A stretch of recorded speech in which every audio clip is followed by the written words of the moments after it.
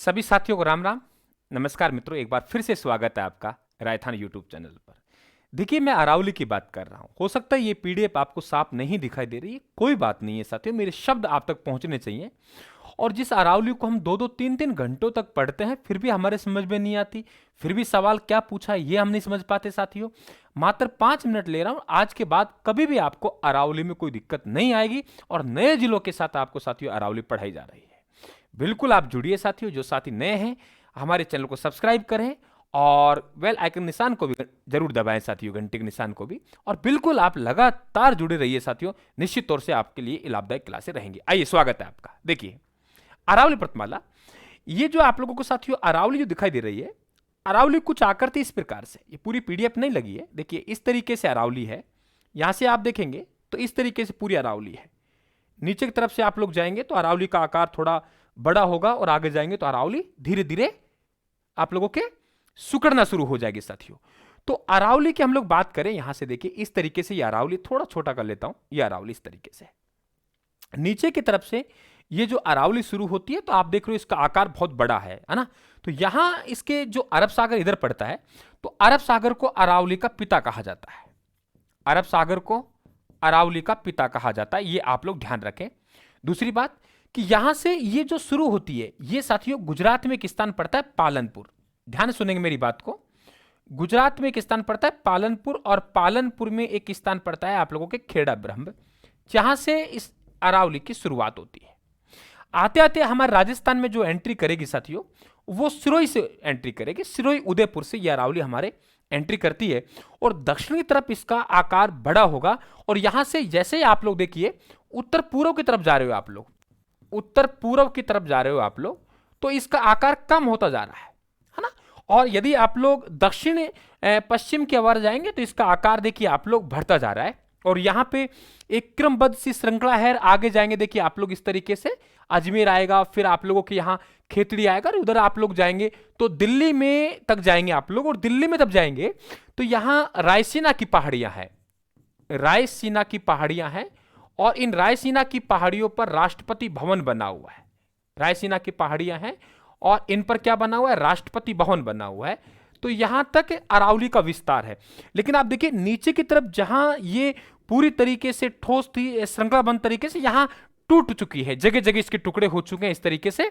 और ये खेतड़ी पड़ता है नीमका थाना में, पहले झुंझुनू पड़ता था, खेतड़ी से बाहर निकल जाती है।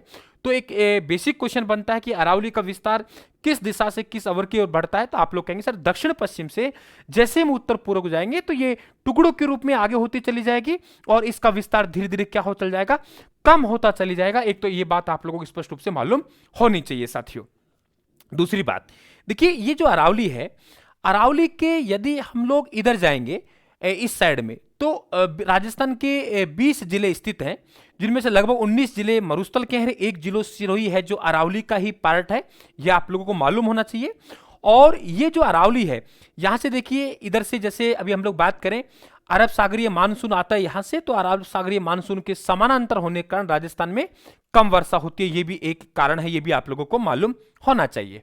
ठीक है, और बेसिक हम लोग एक एक करके बात करते हैं साथियों। आप लोग देखिए, अगर हमसे पूछा जाए कि अरावली अवशेष किसका है, अरावली अवशेष किसका है, तो हम लोग कहेंगे सर अरावली अवशेष गोंडवाना का है। राजस्थान के पर्वत के इलाके हैं साथियों, पहाड़ी इलाके हैं, ये चाहे पर्वत हो चाहे आप लोगों पठार हो, ये गोंडवाना के अवशेष है।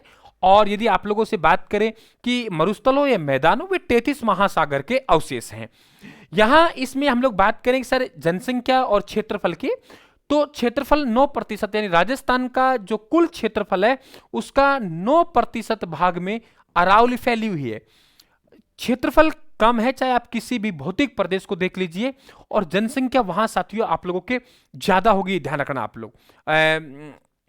लेकिन थार का मरुस्थल में ये नियम लागू नहीं होगा, ये ध्यान रखना आप लोग। 10% यहां क्या करती है, जनसंख्या निवास करती है, और 9% में अरावली फैली हुई है। अरावली का पिता अरब सागर कहते हैं। अरावली की यदि हमसे शुरुआत की बात करेगा तो खेड़ा ब्रह्म पालनपुर गुजरात से होता है। अरावली की हम लोग बात करेंगे अंत में तो रायसीना की पहाड़ियां दिल्ली है। कुल लंबाई की बात करेंगे गुजरात से लेकर दिल्ली तक तो 692 किलोमीटर है। और राजस्थान में हम लोग बात करेंगे लगभग 80% भाग इसका राजस्थान में है, 500। यहां देखिए आप लोग 650 नहीं है, ये 500 50 किलोमीटर है, ये ध्यान रखें आप लोग। राजस्थान में प्रवेश की बात करेंगे हम लोग तो सिरोही उदयपुर से राजस्थान में प्रवेश होता है। अगर राजस्थान से बाहर की बात करेंगे, खेतड़ी नीम का थाना से बाहर निकल जाती है। अक्षांशीय विस्तार, जिस तरह राजस्थान का विस्तार है ठीक उसी प्रकार से अरावली का भी अपना एक विस्तार है। यहां देखिए, तो अगर हम अक्षांशीय विस्तार की बात करेंगे तो नीचे का यानी कि ये सिरा हम लोग बात करें इस तरीके से, तो 23 डिग्री 20 मिनट से राजस्थान में अरावली का विस्तार शुरू होता है और 28 डिग्री 20 मिनट में उत्तरी अक्षांश में ये खत्म हो जाता है। देशांतरी विस्तार इस तरीके से बात करेंगे तो 72-10 से शुरू होता है और 77 में जाके खत्म हो जाता है। यूं तो देशांतरी विस्तार होगा और ये अक्षांशीय विस्तार होगा, ठीक उसी प्रकार जैसे हम लोग राजस्थान प्रदेश का विस्तार पढ़ते हैं। इसके बाद हम 50 सेंटीमीटर की वर्षा रेखा है जो अरावली को थार के मरुस्थल से अलग करती है। कौन सी? 50 सेंटीमीटर की वर्षा रेखा अरावली और थार के मरुस्थल को अलग करती है। 50 सेंटीमीटर से कम वर्षा वाला भाग इधर रह जाता है, थार का मरुस्थल 50 सेंटीमीटर से ज्यादा वाला भाग इधर रह जाता है, आपको मालूम होना चाहिए। अरावली का विस्तार वाले जिले अगर हम लोग बात करें, देखिए नए जिलों के मुताबिक हम लोग बात करें तो भाई उदयपुर सिरोही तो आएगा, राजसमंद आएगा, अजमेर आएगा, अजमेर से ब्यावर निकला ब्यावर आ जाएगा, डीडवाना कुचामन का पूर्वी भाग आ जाएगा जो पहले नागौर में आता था, जयपुर आ जाएगा, दूदू आ जाएगा, जयपुर ग्रामीण आ जाएगा, इसमें सीकर झुंझुनू आ जाएगा, खेतड़ी पहले झुंझुनू में था अब नीम का थाना में चले गया, जयपुर ग्रामीण हो ही गया यहाँ पे। इसके बाद में कोटपुतली भैरोड, कोटपुतली जयपुर से, भैरोड अलवर से, खैरतल तिजारा अलवर से, अलवर ये जिले हैं। ये इसकी शाखा हालांकि हम लोग बात करें भीलवाड़ा तक विस्तृत है, लेकिन हम मोटा मोटा बात करें तो ये जिले अरावली का नए जिलों के हिसाब से विस्तार होगा, ये आप लोग ध्यान रखना है।